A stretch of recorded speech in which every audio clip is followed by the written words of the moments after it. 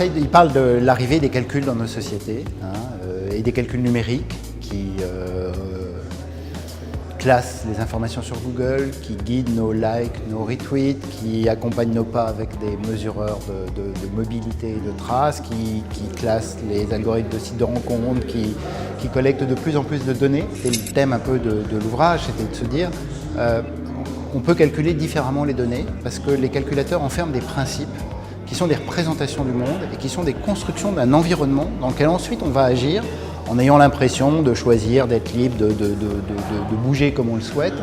Mais en fait, l'environnement, il était préstructuré par la manière dont les informations ont été calculées par ces algorithmes.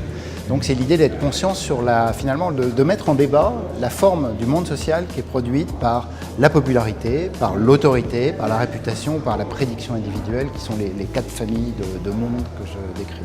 À la Fondation Internet Nouvelle Génération, on se positionne pour animer un groupe de travail autour de ces questions et notamment parce qu'il semble qu'il est nécessaire de plus en plus d'introduire les utilisateurs dans ces questions-là et dans ces modes de calcul.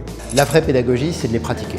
Et de les pratiquer, c'est-à-dire de les tester, finalement de regarder pourquoi il m'a classé ça, mais si je mets plus de mots-clés, qu'est-ce qu'il va faire? Et si je utilise le compte d'un ami, pourquoi on est classé différemment? Donc c'est finalement dans la pratique qu'il y a une sorte, c'est le propre de la culture numérique, c'est une culture de l'autodidacte. On apprend en faisant.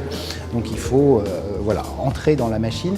Aujourd'hui, ces boîtes noires ne sont pas très explicites sur leur fonctionnement, on comprend mal. Il y a une différentiel d'information, une asymétrie d'information entre ceux qui construisent ces calculateurs, ceux qui construisent ces systèmes et les utilisateurs. Et c'est pour ça qu'une des choses qui est assez utile dans le débat actuel, c'est de se dire qu'il faut faire un peu de code.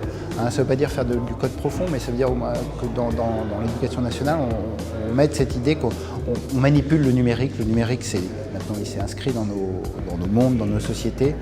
Donc il ne faut pas simplement le consulter et puis le toucher sur des écrans tactiles, il faut aussi le fabriquer un petit peu pour mieux le comprendre et le décoder.